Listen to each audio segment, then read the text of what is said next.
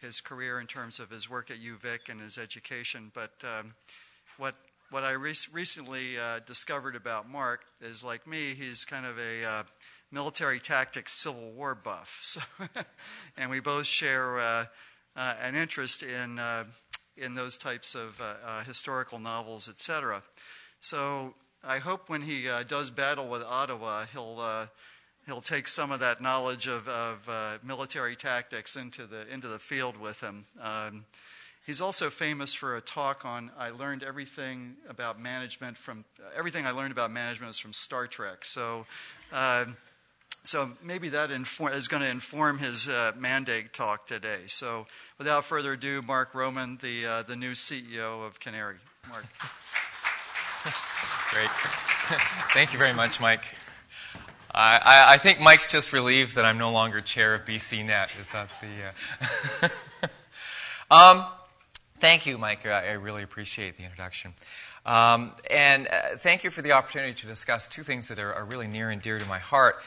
Canada's digital infrastructure and how that digital infrastructure is being used to spark digital innovation across the country. So Canada is at a crossroads. The funding mandate for CANARIE is currently up for renewal, and that's the March 2012 budget, the March 2012 federal budget, will decide the fate of CANARIE.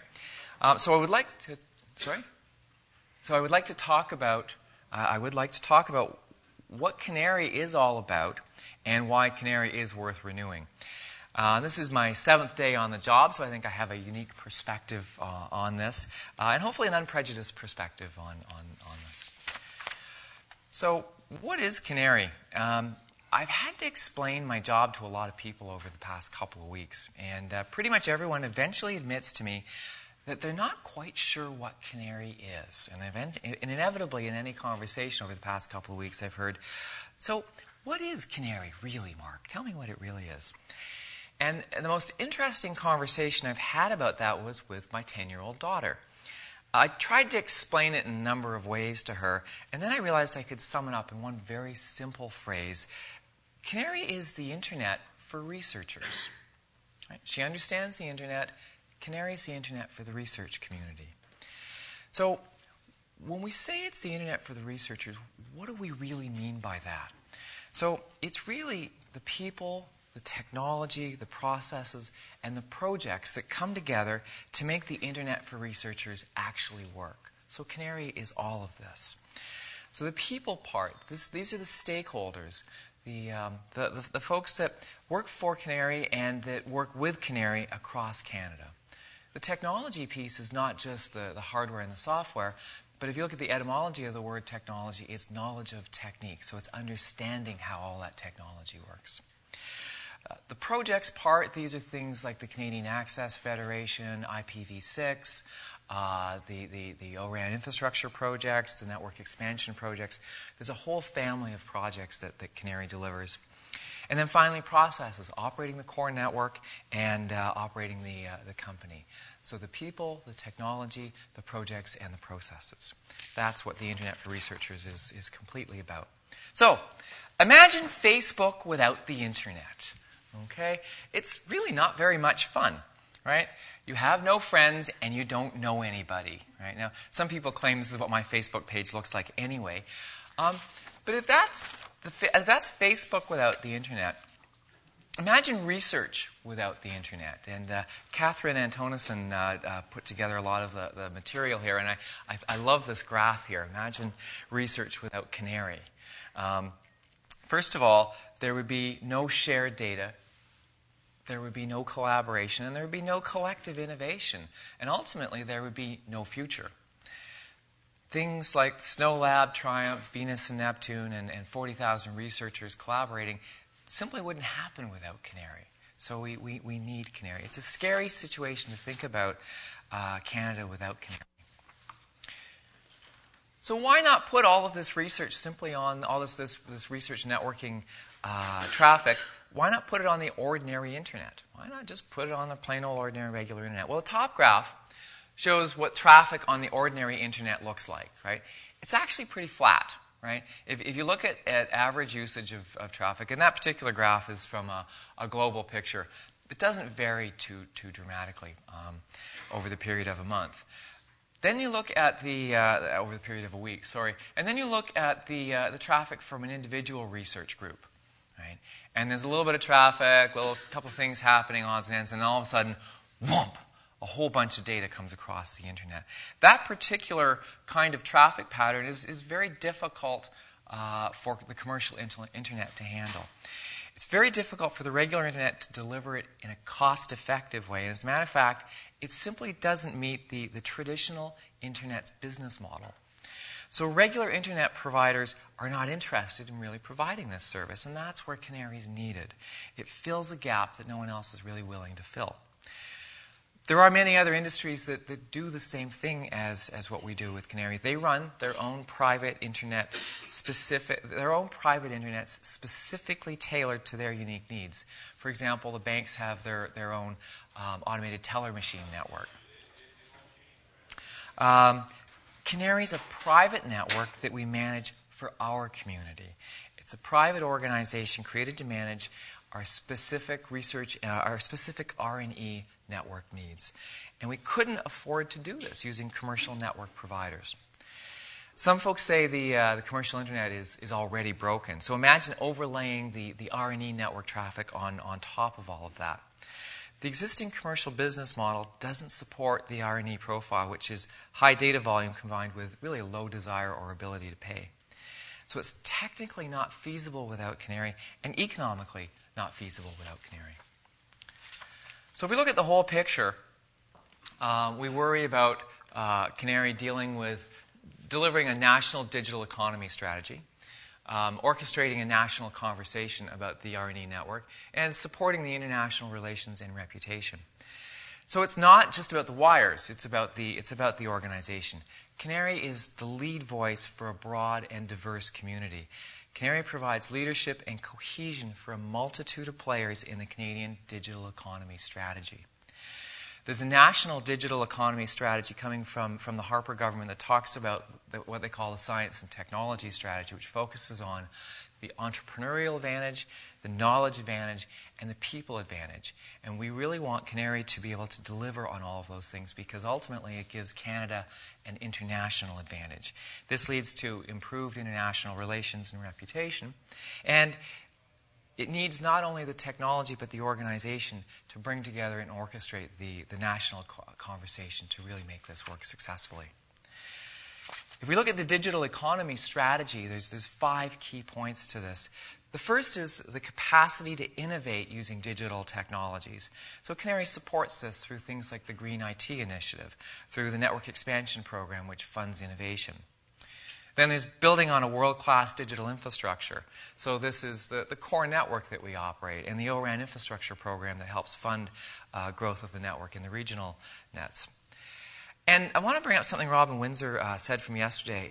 He said, to be competitive internationally, we must provide a lower-cost ICT infrastructure, a lower-cost infrastructure than other countries like China, because we will have no other differentiating factors in the near future if we don't do this. Did I get the quote right, Robin? Yeah. I think it's a very important one. I think we need to think carefully about this. The third point in the digital economy strategy is growing the information and communications technology industry. So, for example, we have the DAIR project, the Digital Accelerator for Innovation and Research. And it's really a test bed for cloud computing and network innovation by small to medium-sized enterprises. The fifth point, digital media, creating Canada's digital content advantage.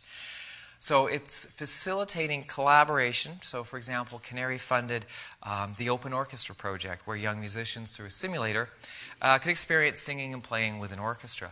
Now, I bet you thought I would give you a science and engineering example, right? I'm not. There's a lot of research computing and network traffic driven now, not by the traditional areas of science and engineering, but by the humanities. And we need to be able to manage that in our network. It changes the profile slightly. And then finally, building digital skills for tomorrow. We need to develop highly qualified personnel, or HQP. That's the new acronym I've learned since joining CANARIE, HQP. Highly qualified personnel through researching, developing, and implementing groundbreaking network technologies. So who benefits? For years, I thought CANARIE was the exclusive domain of university research labs. Right? That is the core, but there's much, much more. That rhymes, doesn't it? Sorry. There's a number of federal departments that use CANARIE. There's hospitals, there's CJAPs, there's the ICT industry, there's the big science projects. So there's a number of organizations that use CANARIE. It's not just connections for the universities. And the key users of CANARIE create fundamental economic value for all Canadians. So all Canadians benefit from CANARIE. So it wouldn't be a presentation on a networking organization if we didn't have a map, a network map. So here it is. And I'm sure everyone's seen this, but the blue parts represent the ROADM network, and those are some of the higher traffic areas. You can see that CANARIE reaches all across Canada and connects Canada to the world. CANARIE's core mandate is to improve the effectiveness of research in Canada, and CANARIE provides the networking expertise and programs to enhance the effectiveness of this research. Our network expertise ensures connectivity to Canadian hubs of innovation and research. Now I'm going to give you all the stats, so if you want to have a little nap quickly, I'm just going to give you some interesting numbers. There's over 1,000 institutions connected to CANARIE, and over 140,000 researchers rely on CANARIE. It's made up of 19,000 kilometers of fiber optic, and I measured that. You could roughly take that and cover 1/2 the circumference of the Earth. Actually, okay, I didn't really measure it, but that's about how far it would go. It links Canadian researchers to their peers in 80 other countries and 100 other networks around the world. And we have 100 gig on our core corridors now. So you could download every single iTunes movie in 7 seconds on the 100 gigabyte core. When I explained that simple stat to my 17-year-old son, his mouth started to water. He was thinking, I could download all of iTunes? This is great. So how does CANARIE do it? So 98% of CANARIE's funding goes towards improving the effectiveness of research in Canada. So these are network capacity improvements and new services. These are programs to simplify researcher access and to provide support for the provincial partner networks. The annual cost for CANARIE is about $25 million. I'm looking over in Nancy's direction. 27 million? 26? 24. Okay. Okay. And what's interesting is that the annual Canadian investment in research is about $3.5 billion. So the CANARIE number is basically rounding error. Right? So think about that. CANARIE facilitates $3.5 billion of research, and the amount of money needed to do that is really actually quite small. But it's actually very critical to the functioning of research in Canada. CANARIE is critical to enabling today's data-intensive, multidisciplinary, and collaborative research. What we were seeing when I was at UVic was researchers were no longer doing just fundamental research, but they could actually run a research project by simply analyzing data from previously run research projects. So there is a wealth of information in data that already had been collected. So there's some real opportunities in using the network and compute power to do fundamental research with data that already exists. And so we need a network to facilitate that. I'm going to skip over the rest of my notes for this slide. I think I've kind of emphasized sufficiently. The next point I really want to emphasize is that CANARIE doesn't do this alone. It works with partners. It works with the ORANs in the various provinces and in the territories to make this work as a national network. So roughly the federal investment of every 40 cents on the dollar, 40 cents of federal investment levers into a full dollar when you take into account all of the other network components in Canada. So it is really a collaborative network. Some of the things that CANARIE does, I have a couple of examples up on the slide. The one I want to focus on, because it's one I'm really familiar with, is Venus and Neptune. And CANARIE facilitates a massive number of projects, but the one I've seen that's really interesting is what Venus and Neptune does. I was at a conference where Benoit Perrin, who is really the genius behind the infrastructure, the IT infrastructure for Venus and Neptune, was giving a talk. And he had a live feed of one of the undersea observatories. And so as he was talking to 400 people, there was a murmur in the crowd. Because what was going on behind Benoit was a really exotic sea creature had kind of swum up to the observatory and was looking at the cameras. And the cool thing was Benoit turned around to look at the feed, and he stopped his talk and went, "Wow, I've never seen one of those before." Right? Very cool stuff. We're doing some really innovative stuff with research, and the network makes that happen. And so I think that CANARIE is crucial. I think words like innovation can sometimes be a bit nebulous. So with examples, it starts to make it a little bit more real. So if you get a chance, you should take a look at the Venus and Neptune labs. Or observatories. They're very interesting. So the digital research infrastructure is in place for today. We have a good infrastructure in place today. But what about tomorrow? Given how rapidly technologies and user needs are changing, it's our responsibility to keep an eye on those changes and to ensure CANARIE is positioned to continue to improve the effectiveness of research in Canada both today and well into the future. So what are the trends? What are the trends in research? Roughly, the network is growing at 50% a year. Right? So you can just look at the graph. It's growing fairly dramatically.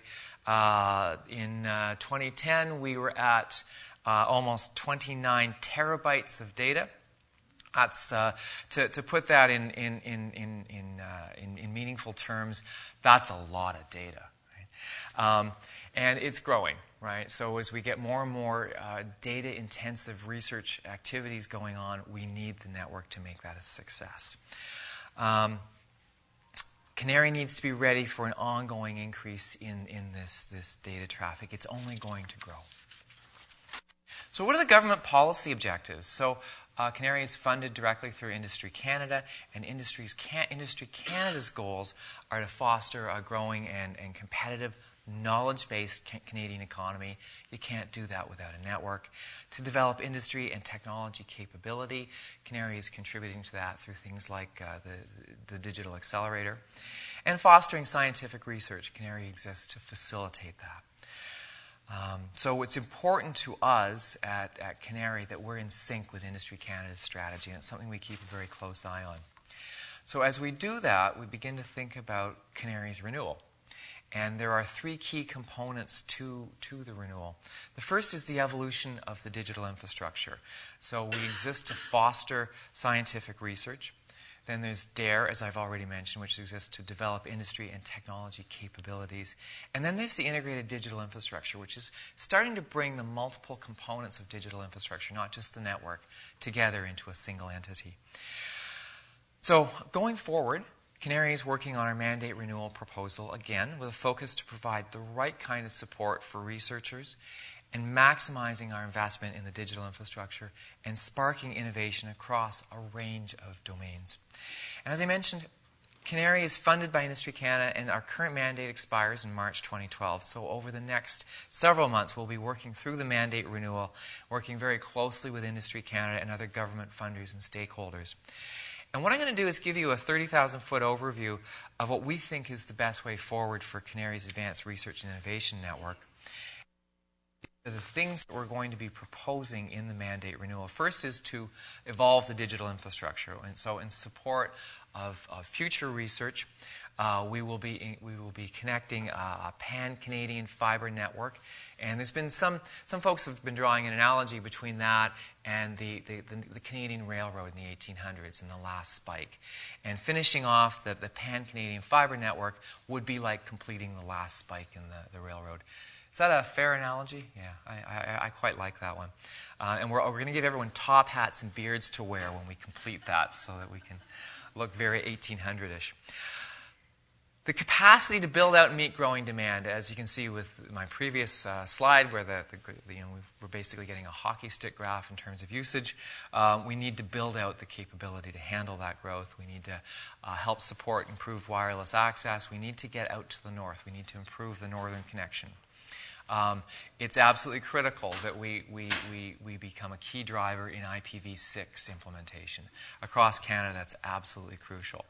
The Canadian Access Federation, CANARIE will be assuming responsibility for that. I see that as an absolutely incredible initiative, not only from the edge your own perspective, but what we can do with Shibboleth. And I think that ultimately that will drive a Canadian national identity, which I think is really important to Canada.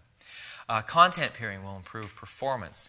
We will continue to support the provincial partner networks. We'll extend the network to other research institutions and continue to, within our mandate, do that. And careful, we always need to be careful that we don't infringe upon industry competitors. There's a role for CANARIE and there's a role for commercial network providers, and we need to be careful that we don't cross that line. And we want to fund programs that improve researcher access to data and tools. And one of the cool things that Jim Gadvin talks about is we've done some neat research through the NEP program. Can we then translate that research into software tools that make the research environment easier to use? And as simple as a browser is the analogy Jim quite likes to use, and I think it's a good one, that if we can make it really simple for researchers to use the environment, then I think it will get used, and that will improve research and drive productivity in Canada.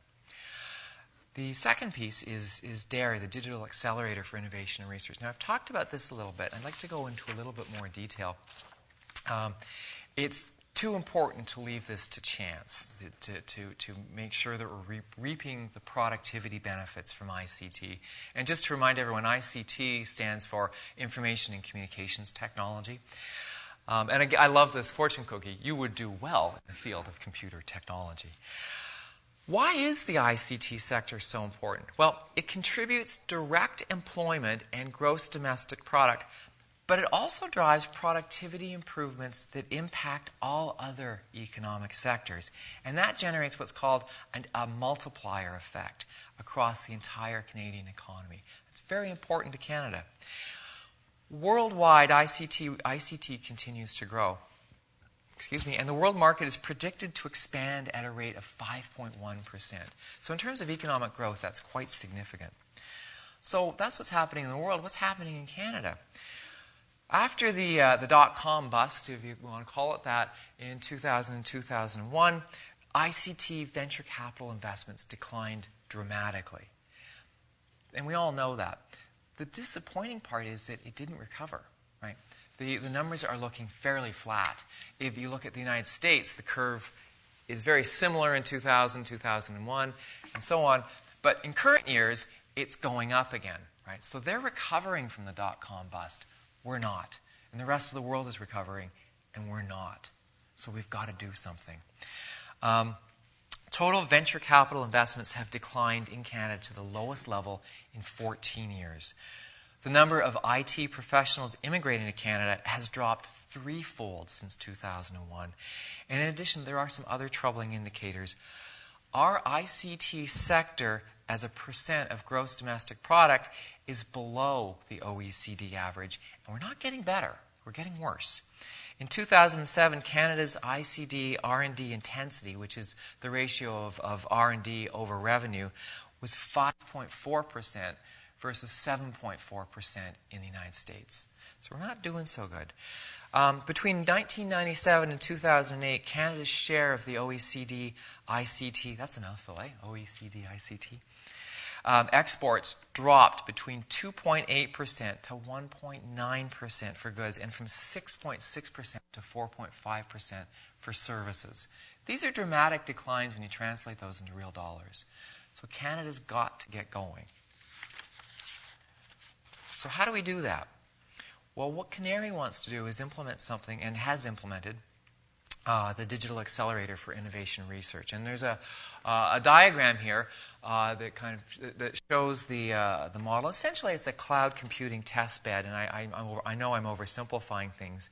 But what it does is it allows small to medium enterprises to play at no risk, to evaluate new network-based technologies. And this will help us stimulate innovation and creativity in a safe environment using CANARIE technology that would only be available at a prohibitive cost elsewhere. So a lot of small companies simply don't have this kind of test bed available to them. So we see this as an opportunity to let 1,000 flowers bloom. Someday, this is where the next RIM or Nortel is going to come from. But in the meantime, we need to invest in smaller scale organizations with commercialization potential.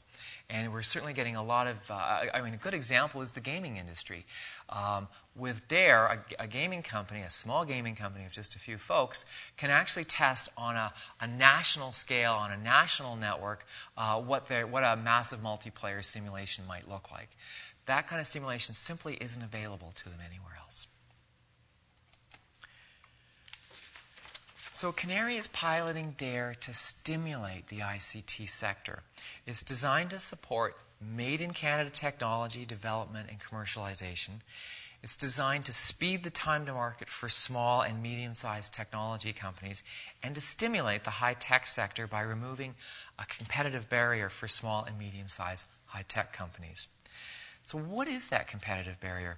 Well, it's the cost, the time, and the resources required to set up an advanced R&D environment like DAIR. They've already got that with CANARIE.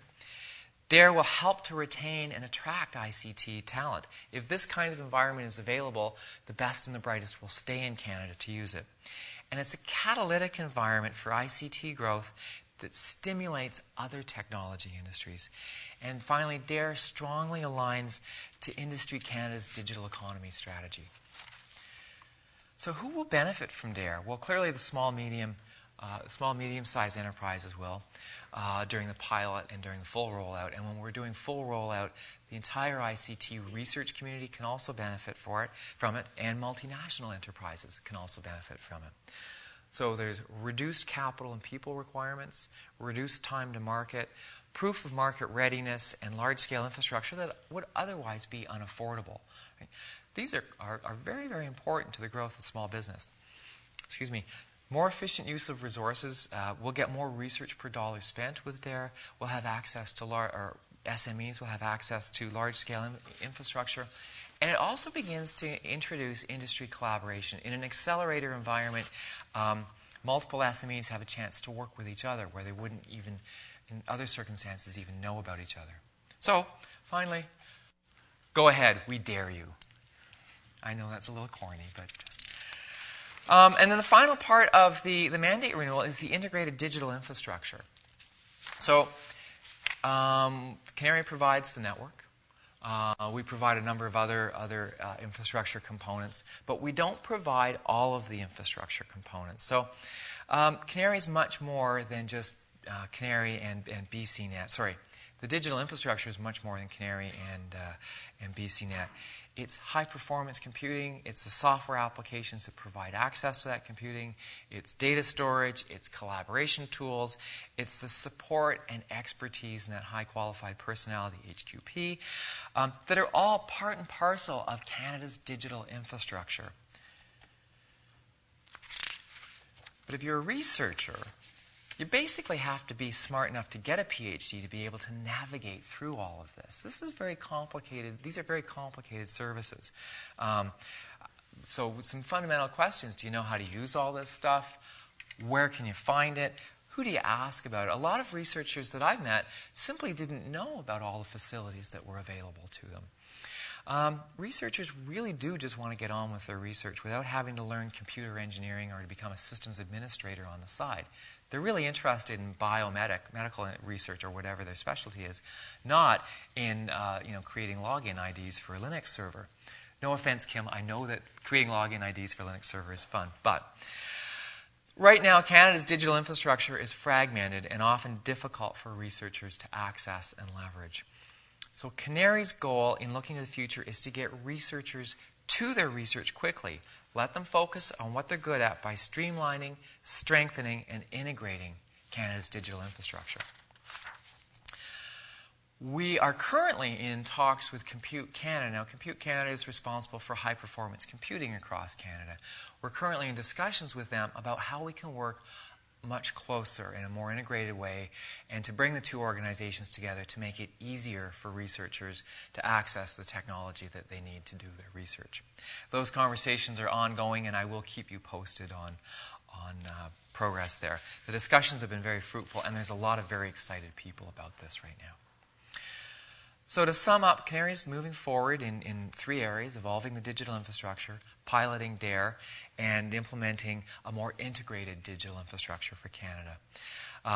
Over the coming months, CANARIE will be working closely with staff at Industry Canada and other federal departments on CANARIE's proposal for mandate renewal. But I am asking for your support in this process. Should you have the opportunity to talk to folks who are involved in the process, I would urge you to let these policy and decision makers in British Columbia and Canada know how essential CANARIE is to research, education, and innovation in Canada. It will be the combined voices of our stakeholders that will resonate with the provincial and federal politicians as they determine how to best support digital infrastructure in Canada. So in summary, CANARIE will renew. So we will go through the 5-year renewal process, and that needs to be our obsession for the next few months. We want to create a Friends of CANARIE campaign, and we want to promote CANARIE through the appropriate channels across Canada. We will operate, so we will make sure that the core network meets its objectives, and we continue to work with partners to support and strengthen these relationships, and we want to increase the breadth and the depth of the network. We will innovate. So we'll continue to drive technology innovation through the network expansion program, through Green IT, through DAIR, and deliver on key initiatives like IPv6, on Canadian Access Federation, and on peering. We'll collaborate. So we want all stakeholders to derive benefit from a more close relationship with Compute Canada, and we want an opportunity to erase the boundary between the network and high-performance computing, and networking plus processing plus storage really does equal the cloud. We want to diversify, so we want to consider expanding into other sources of income. One source, currently Industry Canada, is risky. We're not looking at diversification as an income replacement strategy, but as an opportunity to increase the breadth of the organization. And finally, we want to improve. We want to make Canada a better place. So CANARIE is a technology innovation engine. It's leading to fundamental productivity improvements in the Canadian economy, which in turn lead to better lives for all Canadians and a better future for Canada.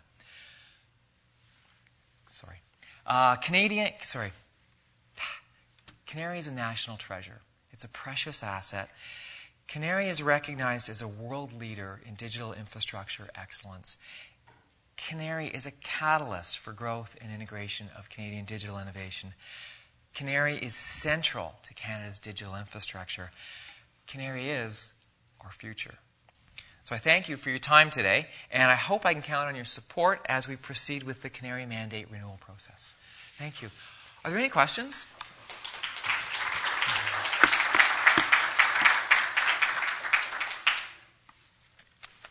Is there anyone other than Jay? Sorry, Jay, go on. Okay. I can prepare a little more if you would like. You mentioned the willingness to get all the collaborators involved, and one of the things that I haven't heard very much about recently is the extent to which Cuccio is a collaborator with CANARIE and with Compute Canada in moving forward this way. So if you can dredge out of your memory from a week ago when you were still on the Cuccio board, and now that you're on board with CANARIE, what do you see as that role of Cuccio to support this effort? Oh, that's critical, Jay. Thanks for bringing that up. And I do apologize for Cuccio's name actually not turning up on the slide deck. Cuccio is crucial to the success of CANARIE. Cuccio represents the CIOs that actually implement the technology across Canada. In my role as CIO, we came to the conclusion at UVic that 11/12 of our computing would be research computing in the future. So, I mean, all those great things we did with administrative computing and with teaching and learning computing, very important to the success of the institution, but relative to research computing, they represented roughly 1/12 of the work going forward. So we need to work with the CIOs and Cuccio to develop a plan that says how are we going to make research computing a success in Canada. I think that Cuccio is a finger on the pulse of computing in all of the institutions across Canada, and we need to maintain that relationship, and a very strong relationship. So Laurie McMullen and I have talked a lot about the relationship between CANARIE and CUCIO, and we want to maintain that. It's been a good one. It took some work on Laurie's part and folks at CANARIE's part to build that relationship, and to me it's really important that we keep that going. Is that fair? Okay, thank you. Yes? You're mentioning that you are looking for contribution from researchers, and I think the network is great. But could you give us more direct advice how we can help you? I mean, are you looking for projects? Are you giving some research money out? It's not clear to me. Like, I've been in networking for 10, 15 years since I joined SFU. But CANARIE is this big cloud sitting somewhere, and I know it's helping me. I'm not really sure how. So can you provide some more direct advice how we can participate? Well, I'm going to give you the easy answer first. The easy answer is that there's a ton of information on the CANARIE website, and I would urge you to check it out. But what I would really like to do is talk to you right after this session. So if we could chat, and we have some folks from CANARIE here who can provide you with more detailed answers. I am the new guy. But we have Nancy Carter, who is the Chief Financial Officer from CANARIE, and we have Jim Gadbin, who is the Chief Technology Officer from CANARIE here. And so if the three of us could talk to you after the session, maybe we could find ways to work together. Great, thank you very much. I'll have to second answer better. I knew you would. Cy. Yeah, I'm interested in if CANARIE could somehow fine-tune their central clearinghouse function. And what I'm speaking of is you had the Network-Enabled Platform project a number of years ago, and a lot of really great stuff was created. And when I went to the presentations last year and the year before, always it was said, if anybody needs this software, it's available. Well, I went after some of that software this year because we need it. I've been working on it for 6 months, and I still cannot get my hands on the software. Yeah, that's so personal. I'd like CANARIE to kind of be the host to hold this stuff, so I don't have to deal with other institutions, that I could just go to CANARIE and say, can I access this software? Yeah. So we've decided we just don't like you, and we're not showing it to you personally. No, I apologize, Cy. That's something we've identified as an issue, and Jim is working towards developing that and improving that accessibility. And I know, Jim, if you want to add a couple of words to that, or no, well, we do need, but I mean, it did expose a bit of a process issue in that we didn't have a way for people to apply to us and know that we are really the conduit. Now, that said, some of the software that I believe this is NEP software, Cy?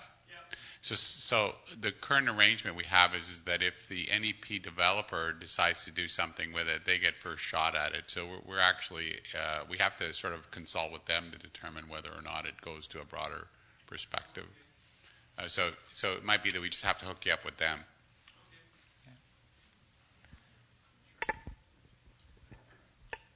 Hey, Mark, good talk. With all these talks, there's always a network diagram, and of course you had one, which is great. In fact, you had two. I really like the one where you brought in all the ORANs and stuff as well. To the comment from the back about people not really fully appreciating all that CANARIE does. I mean, sure, there's an awful lot that CANARIE does more than just a network, but I personally find that the interactive network maps, these ones that are up on the CANARIE website and now on the BCNet site and shortly on the Cybera site, are one of the best tools out there for letting people see what's going on. Because they're not just a static map. You can look at it, and moment to moment it updates, and you see the traffic, and you see the heavy loads coming up, and you sweep forward. I see these as having that sort of fascination to update and really get people involved.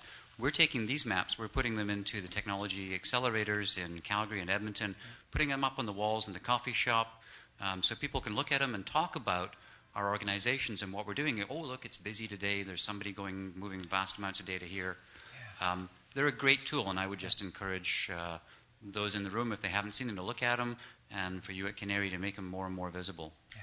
Thanks, Robin. I think they give the organization a heartbeat, and it feels like the organization's alive when you can see this stuff pumping through the network. Yeah. Ian. Mark, I know that a year or for the last couple of years, there's been a lot of concern about the ongoing funding implications and the support for CANARIE, and I must confess I haven't paid much attention over the last year. Can you comment on where CANARIE is at in terms of stable and long-term funding, where the organization is at the moment? Yeah, that's a really good question. We are currently meeting with the folks at Industry Canada to talk about the business case, right? Plain and simple, it's a business case, right? And so we're walking through why CANARIE exists, who benefits from it, how much it's going to cost to keep CANARIE going at a status quo level, how much it would cost to shut down CANARIE, or how much it would cost to take CANARIE's status quo position and then add on things like integrating the digital infrastructure into a larger environment. So we're providing them with a series of scenarios that they can then take to, well, actually it starts off with the Director General that's responsible for our part of Industry Canada, or us within a specific part of Industry Canada. And then that works its way through Industry Canada. They prepare a memorandum of understanding, I believe it is, or memorandum of agreement?